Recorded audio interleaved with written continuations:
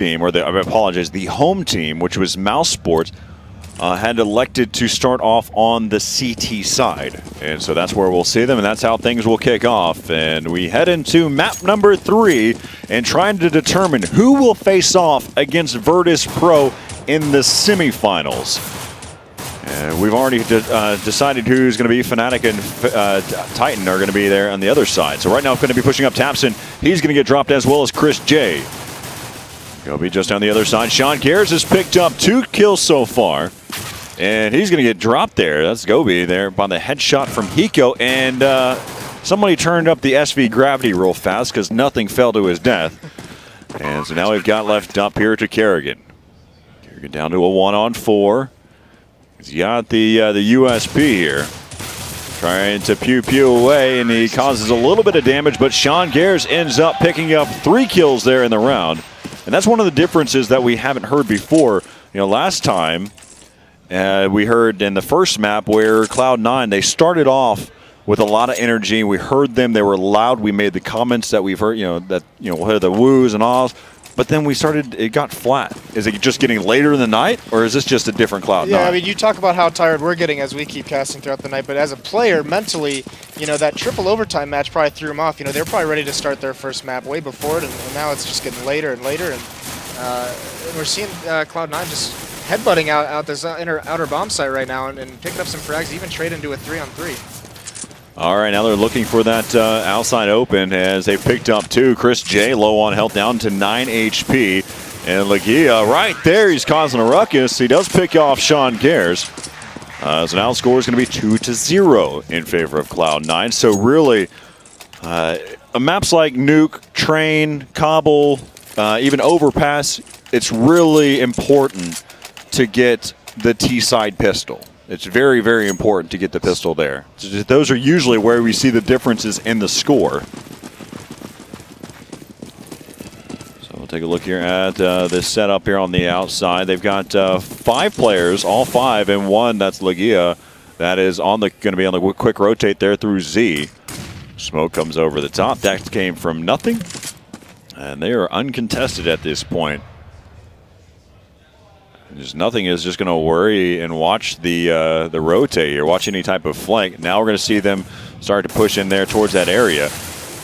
Lagia right there. Shroud picks up the first one into Kerrigan. Sympha's going to be right there as well. Still rotating. That's going to be Gobi. Gobi's going to get taken down by Shroud. Tapson pushed through the smoke and got taken out there. Now it's left up to Chris J. 1 for 1. They're just going in one at a time there. As really, I kind of give that to the smoke grenade that landed there at the entrance of the Z area. And, I've watched Sympha's, on pissed around and even on this round, and he's been very aggressive pushing down these lanes when they're taking the bomb site. On inner there, he was, didn't even think about slowing down. Just kept pushing forward, getting close to the CTs. Pisteron, he was doing the same thing. He was fighting everyone he could. He wasn't letting go of his move keys. And that's the Sympha's we saw on Cash that had that massive effect on that went up to like a 16-4 scoreline within like 11 rounds. And if that's the Sympha's we're going to get on this map, that bodes really well for Cloud9. It's one of the things that I've always liked about Sympha's is he's very strong, though, with the pistol as well. So he's of course, probably feels very comfortable. Now, we talked about what could happen here on this map. You mentioned the auto sniper, probably going to be in the hands of Kerrigan. I'm seeing the exact same type of play as Neo did with his auto sniper. In the initial, he peeks out from Z, looks over there towards T mid to shoot the shoelaces of his opponent, and then he kind of works back and forth. So he's in this quick little rotate to be able to help out. Chris J pulling a Pasha roll. He has an op in hand over here towards that Ivy way. And he actually takes his eyes off of the Ivy at the wrong time. So he's going to wrap back around, get a different angle, and this may work out. He spotted him and is able to take down Hiko as Hiko is lurking about. They still haven't decided to push up there. Gobi going to be right there inside of mid. Symphis is going to get taken down there over in ladder room. And now nothing. The last man standing is going to wrap back around. He will be spotted here in 3, 2, 1 and dropped there by Tapson. 3-1 now in favor of Cloud9 as Mousesports picks up the first gun round. And we, of course, see the auto snipe and the op still out here. And more, even super important is all of Mousesports lived. Yep. And if they're going to be investing in these heavy weapons, that's huge for them. And that's really bad for Cloud9. One of the things that you can see here too, I mean, as a gamer, as a kind of a, let's say a average gamer, I noticed that none of the players bought head armor. And is that just due to the fact that the AKs is going to cause, you know, a one-shot anyway? Yeah, I mean, a lot of players like to do that as they're taking the inner bomb site. Shroud and Hiko getting two great entry frags. All right, so now we're going to go ahead and see that Nothing is going to get the bomb planted here at the default spot. As Kerrigan's right there, just tapping away. We'll switch to his perspective and see what he sees. That was over there towards the upper highway area. He's going to take a look and see if he can pick up another one. There's the tapping. He's just firing away there. Bomb still ticking away. Gobi's the only one that has a kit right now, and this is on this 3-on-3. They need to make something happen, so they smoke it up. They allow him to push in. They're going to go to try to get a high ground. Great job by Sean Gares. He went up on top of the oil tanker, originally the pop dog, and then takes down the bomb diffuser, being Gobi the only player with the kit. And they will lose that off, though, but they do pick up the round. Yeah, and a huge hero play from Sean. And just to go back to that point of no head armor, I mean, now they're doing it purely for monetary reasons, but there is a kind of, players have like a different philosophy on whether it's even worth investing that $350 into the extra for the head armor against AKs. And sometimes, you know, if it's the difference between a smoke grenade or not, smokes are so huge in this game, I mean, it's worth it. Absolutely. It's one of the, as we'll go ahead and take a look, there is an aggressive push there by Chris J with his M4. He's picked up 2 so far, trying to stay alive just a little bit longer. He will get dropped, though. He took out 2 in that trade over there by Ivy, playing aggressive and setting the tone quickly here. Nothing, though, waiting in the smoke. I don't believe Kerrigan probably just shot just to shoot. But right there you can see, and there goes Nothing, picks up the headshot there quickly onto Kerrigan. And so right now we're back to a 3-on-3. And take a look there, Nothing now. This is the Nothing that we know. He's just kind of playing with it now, playing his type of game. And there goes Gobi. He's going to peek out at the right time, going back and forth. Now it's left up to Simphus. Simphus has taken a lot of damage as he spotted one player there. Picks up the kill, down to this one-on-one. Just on the other side, just pushing up, and he will be able to get the kill there. And so now the score is going to be 4-2. And, you know, that's okay. That's okay. I mean, they're keeping the economy in check. They're not letting it get too out of hand. They're keeping the sniper rifles out of their hands. And that's exactly what they need. Even though they dropped that round, 4 players dead, came down to a one-on-one. And the money is shot. You got a scout there for Chris J.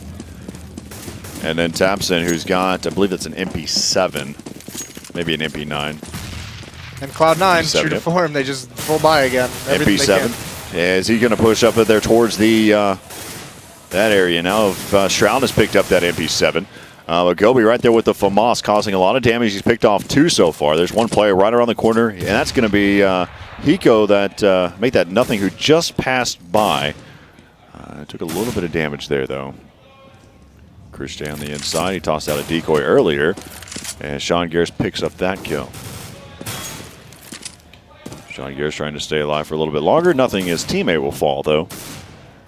So now Sean Gares right here, stuck on this back train, and he's been spotted, and a CZ comes out. The jumping CZ. Pretty nice you can do that. I'm not a fan of it at all.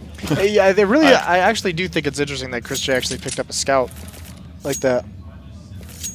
I mean, I guess that just kind of shows the mindset of their team wanting that sniper rifle pretty badly. Yeah, so we'll see. Yeah, with that scout that he has, you probably should. We'll see what happens if they can make some of that. They're going to be aggressive now. Going to be pushing over here towards the inside. They do have one flanking already. That is going to be Tabson. Yeah, he actually ends up holding his position over there towards ladder. So there's over there towards the White Halls right now. They've got one player there, and then they also have Kerrigan right here. So they're both watching these angles. You can see how they're positioned there. Look, you can see the cross lines there where they're kind of angled right now. We'll go ahead and hop on here with Lagia. Lagia's able to pick up one. Back over here with Kerrigan. Kerrigan needs to worry about this other angle. He picks up the headshot there into Simphus. 4 HP as he stays alive long enough to cause a lot of damage there. Sean Gears picks up one as well, evening things back up to a 2-on-1 now. As we'll see, that's going to do it right there as they kind of have to hit the tab just like I did to see if there's any players left alive. They'll go ahead and get the defuse here. And here's the other angle of that philosophy on the head armor is you see like he didn't have any, and as Sean came down, he traded that kill, was able to just hit him once in the head. So I mean, the AK doesn't kill you, or the AK will kill you in one shot with or without it, obviously. Right. But once you get to these eco rounds and these save rounds, that's a pretty dangerous game you're playing. You know, if you go against a Glock and you get hit in the head and you just die, you know, aim punch. That's going to be an issue, and that's kind of the other side of the coin. That's the trade-off you have. Let's talk about this too. I can't recall off the top of my head. How much damage would you take in comparison if you have head armor or not if you get hit with a grenade? I can't recall if it's just no armor altogether, or if I mean, you take much much more damage from a grenade without head armor. No, there's not much different with that. No. Okay, that's what I was trying to see if there's any small subtleties there. I didn't think so. I just wanted to be 100% there. So now we've got Sean Gares and his teammate Hiko over there towards the Ivy Way. We've got a 2-1-2 split set up here before we're going to execute towards the outer bomb site. Go be watching over there towards middle. That smoke is going to go beyond. There with nothing, but the bomb is actually going towards the inside right now, or at least that's where it's lurking, or it's kind of positioned at this point in time. We may see them try to rotate on the back side here, go through the CT spawn area, and peeking out, his teammate right there, Sean Gares, is just sitting in the corner, not even there. And nothing is going to fall as well. They're going to be heading over here towards the outside. Sean Gares picking up one. And that may be a little too late to help out his teammates now, but it is now going to be back to a 2-on-1. Kerrigan with that auto sniper. 20 seconds left here in the round. Shroud pushing up. And there's going to be Kerrigan. He's tapping away, utilizing by holding down mouse 1. It's very difficult to do that. Yeah, just letting Shroud walk into the bullets. So 5-4 here in favor now for the first time here. In this first half on the CT side for Mousesports, 5-4. So they've got the auto snipe and back in the hands. Of course, he had it from the previous round there for Kerrigan, and now Chris J has that AWP. Takes some time to get out of the spawn. Had to tie his shoes before he took off. Mm-hmm. And they're really liking this double. I mean, Cloud9's not even trying to fight it with their ops, and part of that's because, you know, like we said, they just love to buy. They can't save up any money to get any sniper rifles. Nice quick flick there from Chris J, as he had a second chance to do it again. And now Kerrigan, he's got a lot of damage has been caused. He's going to fall back. It is a 2-on-2 right now. Legia, no, he's going to make sure that he's going to continue to challenge. He's going to get taken down. Hiko down to a 1-on-1. Hiko checking his area. Bomb has not been planted because it's right there over there. Nice. And Hiko just clearing out the spots. So score all tied up again, 5-5. So Cloud9 working it. You know what's fun about Cloud9 is, you know, they're not known as this like tactically amazing team to watch. You know, strategic. They don't do anything super special. They're like a boxer who just goes into the bomb site. They take the punches, and they just, you know, they just kind of headbutt things, and they do the trades, and they make it work. And I just think that's really fun Counter-Strike to watch once in a while. Probably one of the best analogies I've heard in a long time. Thank you. And now they're going to go ahead and push right through Chris J. He started off the round. They're going to go ahead and continue to push in. They don't know that Kerrigan's right here. Kerrigan taking advantage of that CZ, switches to the AK, and now it's going to be left up to Simpus. Simpus was able to push in there, and Taps is going to be right there. That's CZ, too powerful. CZ OP. And that's the second, actually, I believe that's the second eco that Cloud9 has lost so far this half, isn't it? Again, I wish I had that. Yeah, the stat, eco stat. Yeah, sorry. How do you determine eco rounds nowadays? Just kind of small buys, I guess. With that CZ, it's not really. Well, the CZ is not an eco, really, anymore. I mean, we were watching Chris J doing drive-bys with it in Alley a couple rounds ago. Doing some jump shots. Yep. Who needs a scout? I can jump shot with the CZ. All right, or jump shoot. So right now you've got some players going to be heading over there towards the Ivy Way. Chris J going to try to hold this area down. Picks up, actually didn't even get a chance to pick up anything because his teammates are going to be right there. And so now it's going to be left up here to Hiko. Hiko has a CZ of his own, and he picks up one. So now he's got himself an AK Molly, but they do have the bomb. So switch back over. You can see Goey's got that angle. Kerrigan's got his CZ out. I don't think Goby knows where Hiko is either. He spotted him a little bit, but he's just kind of playing it smart. Oh, okay. He saw Hiko was just jumping across to kind of get some of his own intel. And so now Goby's actually changing his position altogether. And Kerrigan missing his shot. That's unlike Kerrigan. And so he's still trying to work over. 35 seconds left here in the round. Bomb still down out in the open over by the E-box. And right there, peeks over the top, and he's going to take the damage from the other side there. And so 7-5. Hiko trying to win that 1v2. So far, how do you see yourself on if you're in Cloud9's perspective? Do you think so far you've been pretty successful being able to pick up 5 rounds at this point? Absolutely. I think you're pretty happy with it, and with the I think you're looking to get at least just one more round. I mean, obviously you're trying to always get as many as you can, but one more round and you're going to feel like you had a really good half going into the CT side. Look at the difference that we have right now. Kerrigan actually has the op, and Chris J has the auto snipe. And peeking out, Shroud is so good at whenever they try to push in there. Usually you have that peeker's advantage, but Shroud always has that angle. Or seems like he always has the angle. Now they're going to go ahead and push in there. Chris J on the quick rotate. The bomb is working its way towards that side, but there is a fire grenade there. And so now it's down to a 2-on-4. Spraying between the smokes back and forth. And Chris J picks up the auto. Smoke coming out there. Hiko going to be right around the corner as Goey picks up that headshot there with the AK. Player going to be working down, and look at that as they take over this bomb site and they get to defuse. Well, they have time to make the defuse if they need to. Yeah. So they're going to check for all the grenades. One of the things that I like about it too, if you're smart, you'll check for different types of weapons. There's the op there as they're communicating. You're looking for, at the end of the round, while your teammates are getting to the defuse, or while you have time, you're looking for, of course, the main thing is looking for any weapons that you needed, whether that's the op or the auto snipe in this case. But then you also can take advantage of the fact that now you drop all those grenades. Right. And so you can run around and look for that. Those $200, $300 here and there, those cores add up over time. Well, even as counter-attacks, we see how much kits can come into play. So if you don't have a defuse kit, you're looking for that defuse kit, of course. Those scissors are expensive. Yeah.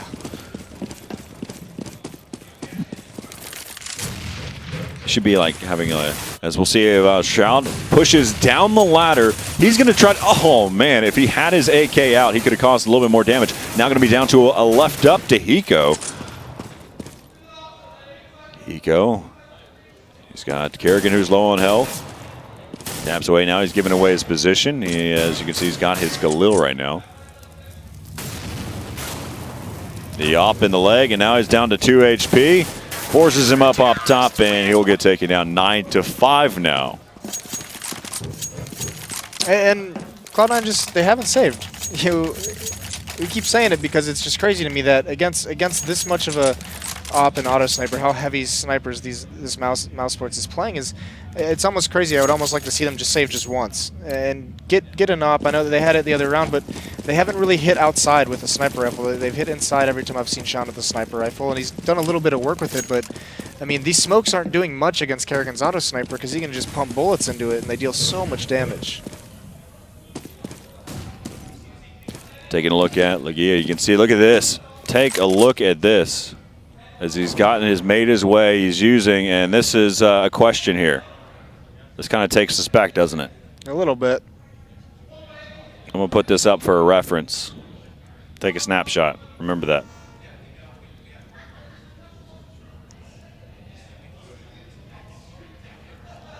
Now we have actually, Gabi actually just pushed up into T-mid. Got 2 picks and got taken out eventually, but now Cloud9 just, this 3-on-4 is going to be so difficult. They're so far away from anything. They have no concept of where any counter-terrorist might be as they're rotating back through these white halls and over to this B bomb site. And here they are with Kerrigan, just so far back, and they have nothing to counter that with. They don't even have a smoke. They have 1 flash on nothing, and that's not going to be enough to stop even this boost or Kerrigan, much less. They might even get to see the boost.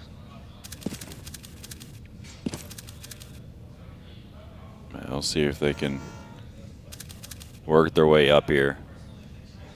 Taking a lot of time, 20 seconds, and this is the perfect. I mean, in terms of setups, this is the best setup you could have. You're going to question right there at the end. And so there you go. He picks up 3 in the end. And that knife. Yeah, you're gonna be a quick. Yeah, that's the first question that gets asked. As Sean Gares asks, "Is that spot that spot isn't legal?" And a question mark. They say they talked with the admins. Oh, well, we'll let them decide that one for a final round there. But Chris J saying, "Don't do it now. We'll expect you there." It's pretty funny. Regardless, on the last round, have an impact on one round. That just didn't really come into play too much. They didn't really have a chance, I don't think, on that last round anyways, to be honest with you. He could have been anywhere, and that auto sniper was still going to just do some damage. Yeah, no, I can agree with that point, but the fact is the last 3 kills of that round were his kills. True.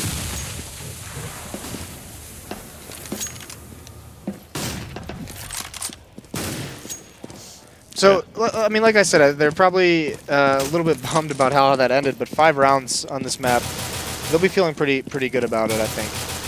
Well, it's always hard. The game, all competition is emotional, right? In terms of, it's emotional, and then also there's the physical side of it, actually playing and making all the shots and all those types of things. But the emotional value into it, the momentum of it, game and everything. Yeah, is you went up and you were winning multiple rounds. You were up at one point. You had this game tied, right? We're at 5-5. They saw how far deep in the game we were. So at that point, you saw yourself winning more rounds. Right. You already. It's kind of like there's so many different examples, and I'm probably gonna get butchered for this one. But like the Dallas Cowboys are expected to go 8-8, right?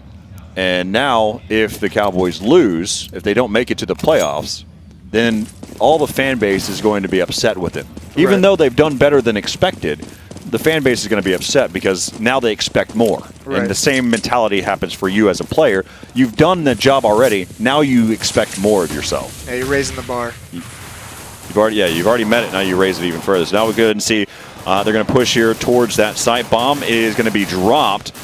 They're still trying to pick that one up to get this bomb planted.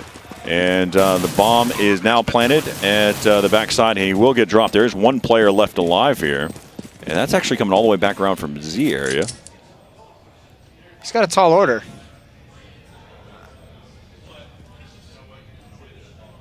So we'll see. And he's going to hang on to this. Hang on to the armor. Yeah. I was actually just hanging on to something. So that's 650. He can technically pocket. So he bought himself a P250, and he finished off the rest of the head armor. So that's an additional 350. So he didn't have to spend that much. So 300 for the P250 and 350 for the additional head armor. So that helmet's pretty good on the market. Not too expensive, just right enough to keep you from getting that aim punch. Now they're going to be pushing out here towards the ladder area. Bombs, the whole goal here again is just to get that bomb planted, but right now they've caused some damage. Bomb gets planted there. They're just going to try to stay alive a little bit longer now. And push up, gets into a great position there. This is going to be down to a 1-on-2. This is the player that has head armor as well. And so he has something to do here. And they're going to battle it underneath the train. And there goes Sean Gares, picks up the CZ. And so now the score is going to be 7-10 now. And they didn't have kits, so that could have gone south very quickly. Bomb has been defused. You know, there was an old strat on train. I thought I was thinking that's what he would do since he saved his armor. Is you would always one person, if you lost pistol as a terrorist on train, one person would buy armor just to get the bomb down, just because the grenade damage is so reduced that with armor it would pay for itself if you get that bomb down. So I actually didn't expect them to buy. I just figured that armor could protect and planted the bomb from any grenades they threw. But they turned that into a really nice round when we've emphasized how much that economy plays on this map. Getting those 3 kills is massive. All right, so we'll take a look now. Here on board with nothing as he picks up the first kill here in the round. Smokes are coming out. As they've proven themselves with their smokes. But the downside to it is you still have to win the round. And I saw in the third person with Sean Gares with the knife. I already could tell that he was going to try to get that knife kill, and they knew that they were going to. He caused a lot of damage, and so now we've seen 7 knife kills today. I think it's actually up to 8. 8. All right. Well, we've seen a lot of them. By my count. Yeah, the butter knife is pretty strong. You know, of course, he has a karambit. As different from what was it? I said a katana earlier. Katana. That goes back to like the 1.6 days. Whenever you kill somebody from so far away. Yeah, it would feel like you were far too. That's why you said it was a katana. I know what a karambit is, and I know what a katana is, but it's okay. Some of my old CS shoutcasting is kind of lost on some people because, yeah, getting older. All right, we got the bomb carry over there towards the Ivy Way. That's going to be Tapson. He is also boosted in another position there. Even though he's made his way, he jumped from the fence over there to the pipe. Let's take a look there from that. That's actually an interesting way to pick that other side. I'm not sure if I've ever seen this boost before. I see earlier whenever we saw Skadoodle here, I wondered. On the fence. Yeah, he was on the fence, and I saw this angle here, and I was wondering right away, can you get up there? We'll look at his angle. Let's see here. That's there we go. So this is his angle. So this is a difficult one. Let's see if from the other side, because it looks like we're still waiting. We'll get over here on up. They're going to go ahead and push up now. Let's switch over to Hiko now. Going to be picking up 1, and there's going to be Tapson who picks up that kill. Now they're going to be pushing around here. Now you've back over here with nothing. Smart play by putting that fire there in the plant spot. So that's going to slow them down. They won't get the chance, and so Tapson had to figure out. He decided to run away for a moment and find some cover, and that ended up getting him taken out. Now it's going to be left up to Gobi, and that's going to go ahead and finish this one off. 9-10 now. 4 consecutive rounds here in the second half. And a really nice recovery from Cloud9 after losing those 2 players in that 4-on-3 situation. Just, you know, they had the cross covered from Connector, that cross from Ivy to the Hell area, and they had a couple more Colts in the back halls, and just causing damage and distractions from different angles. And those silenced Colts on this map, it can be so frustrating to have to figure out where you're getting shot from. Here comes the smokes there towards the outside. Auto snipe there by Sean Gares. And actually, they're believe that they have the bomb carry kind of slowed down over there towards ladder.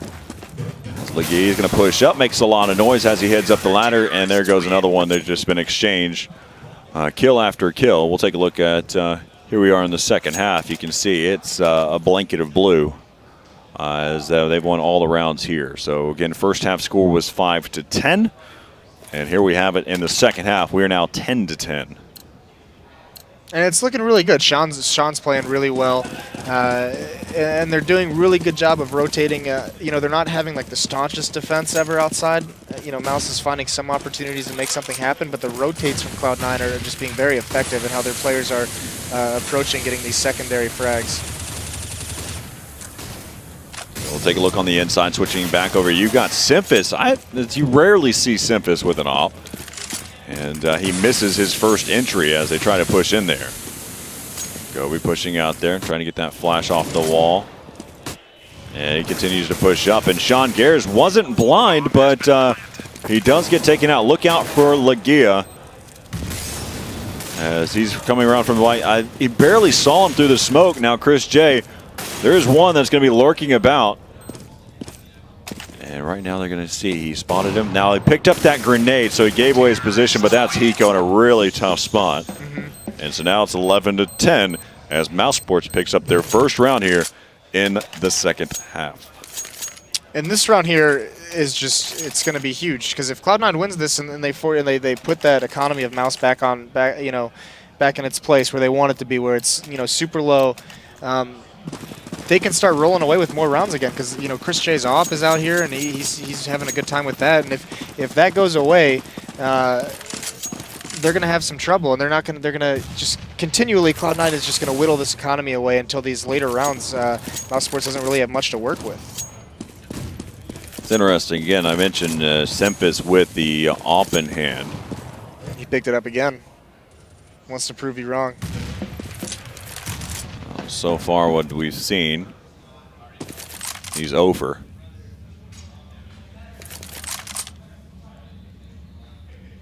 So back over here, you can see Sean Gears just checking, see if he sees anyone crossing. Kind of cross, looking around the map here. Got the setup over here. Who's watching this position? That is Shroud, as well as his teammate Hiko. Sempis watching over there towards the inside, just trying to draw the gunfire there. Hiko is going to get taken down. He got completely blinded. As now you've got Nothing, who's right around to help out. And that finishes things off as Nothing picks up 3. As Hiko falls, they thought they had an opening over there to head towards the front side of the, towards the outer side of the train yard there for from Ivy. And that's Nothing. You know, he's not always going to have that dominant game that we expect or want out of him, but he's a player in the worst situations. He can make something out of nothing. I didn't mean for that to occur, but it just did. It happens. And, you know, gets you every time. He's in so many disadvantage that round, and he picks up 3 frags to end it. And so Shroud has got himself an op, and he picked up 1 off the start. So checking the angle, shoulder peeking, and that's just going to allow Legia to get an angle now. That nade caused 27 HP damage caused there. So I will go back in, taking a look at the overall setup. Sean Guerre's going to go ahead and fire this area off. That was kind of, it bounced off the railing. And Mouz is going to be forced, I think, into an inner hit with the smoke and ladder room just newly, and with 2 pistols, they're going to be going against an auto sniper and an op. So they're going to have a tough time in this inner bomb site. Yeah, Kerrigan has an op of his own, but and that AK is somewhere else. That can't really help here. So they're going to go ahead and collapse now. Nothing picking off Kerrigan. And the bomb is actually rotating. Look at this. There's that bait and switch. I'll pull your gun out. Nothing. Oh. And so now they're going to go ahead and try to get this bomb planted, dodging, bobbing, and weaving. And he will get taken down, but he will get the bomb planted. As now the score is going to be 12-11. As I believe Cloud9 take their first one, and Mousesports wants a pause, a timeout, a freeze. One of the above. Yeah, they're just going to talk things over right now. I'm assuming they're on this eco, and they're going to have to figure out something that they can do, because a lot of what they've been doing hasn't been the most effective. I mean, we've seen them get those glimpses of hope as they're taking these bomb sites, and you find them opening a door, opening a window for themselves with a couple nice entries. But it's these rotations, and it's Jordan, making magic happen with that triple kill in that previous round, and these rotations from Cloud9 are just shutting them down. They're not ready for where the Cloud9 players are in the middle round. Yep. One of the things that I liked what we're seeing, the rotation from Cloud9 there. They were making things happen. They were going back and forth and really kind of holding that area down now. And it really kind of goes back to helping the fact that I believe Cloud9 won pistol there on T side, and then they won pistol there on the CT side. Right. And so that, again, I mentioned there, maps like Nuke, maps like Train, maps like anything that's very CT side, like Overpass as well, you need to win pistols, because I think that's really where the determining factor lies. Well, and not even just pistols, but we see how many eco rounds have we watched get dropped by teams who win their pistols. So it's no longer just that pistol round. You've got to worry about those brutal scout and CZ armor buys, the smokes that are coming out, even just getting the bomb down. I mean, losing too many players on these eco rounds, all these add up. And with how effective the CZ and the scout are, it's such a worry. And even if you win it, sometimes it's so detrimental to just lose it, because then it just sends your economy into this spiral that you can't get out of. One of the things that it's kind of changed as we've added the CZ into the game. One of the things I liked about when CSGO first came out it kind of brought us back to kind of more of a 1.6 style in terms of the eco rounds had, when you'd win an eco round or you get an anti-eco, it really was a big deal. There was a swing that happened. The percentages were low and like in the 20s where you'd win an eco round. It was really a truly good swing. But now with the CZs and the scouts, like you had mentioned, it changes the game, and it almost brings us to what we saw with Source back in the day with the Deagle. And that drove me nuts. There's technically no eco rounds I won't even get around it. The Deagle and Source drove me nuts. But right now we've got the score 12-11. It is unpaused, so we'll hop back into the action right now here. So we'll see whether or not that pause kind of changed things, or as it looks like you mentioned as well. It is a save round. It is an eco round. And they're going to go ahead and push in there and swiping in. Oh, no. Shroud is going to get a talking to, as Hiko was right there. And that nade, that party favor just blew up. Okay, and this is the round where we're going to see what that timeout was for, because they discussed what, their in-game leader was like, what are you guys seeing? Where's there a gap? Where can we find something to do? And they talked about this, and this is what that timeout was for. So this is the round where we see exactly where Mouz thinks they can find an opening, where they can find a weakness in this defense. And with their own auto sniper and op combo, that's going to be a tall order to find a gap in the armor. Well, we saw the bomb dropped back inside of, or back over there towards the beginning over near T-spawn. The bomb will now finally get picked up there by Kerrigan. Kerrigan got that opening kill over by Ivy, and he's actually he was boosted on the fence with his op. He picked it up. He picked up the bomb and then dropped it even further down the way. So they're trying to rely on the fact that Cloud9 has been very aggressive. Now Hiko, he can hear that scope on the other side of the wall here from Kerrigan. So they're going to go ahead and pick up the bomb, pass it off over there to his teammate. Now he's going to cause some distraction over here. He's going to see if he can make something happen now. We'll set up here. We'll follow this smoke, see where it goes over the top. And now we're going to see the smoke pop. Now it's only one smoke. So now they're going to go ahead and start to smoke up over here now and head towards the inside. 30 seconds left here in the round, and they have not rotated at all. They do not care. As Chris J, he's going to get taken down, as well as there's going to be some quick exchanges there, and Tapson was the only player there to get another kill at the end. So 14-11. So right now they need to figure out what they can do. It really did not seem like that was... It started out well with that opening pick, and it almost seems like they didn't have so much of a plan after that. And we haven't seen. I mean, we have the benefit of this, obviously seeing all players, and Mouz can't know this, but Cloud9 is keeping 2 people in the center bomb site. They're not rotating people out that quickly for anything. They both have, some very. You've got now the M4 there, and the auto sniper still coming out from Sean Garris. Sean Garris is just loving this map. And so Simphis will finish things off. So again, they're holding that area down. 15-11 now. And now we're starting to hear the volume come back. We're starting to hear those Cloud9 players get into it a little bit more. It's 1 a.m. here in Dallas, Texas, here at the ESEA Season 17. And we have to be back here in 9 hours to start off our first match for the next one. So that's actually not too bad, honestly. Not for me. I don't have a drive to make. I have to drive home. I prefer it, though. And so now we'll see how they've got set up here. Shroud picking up the entry now. An exchange between those kills there. There is one player that's here. That's going to be Hiko. Hiko pushing up. He's trying to cause a lot of damage, and he does. But nothing sweeps in and takes out 2. So now it's going to be left up to Gobi. And that's going to do it.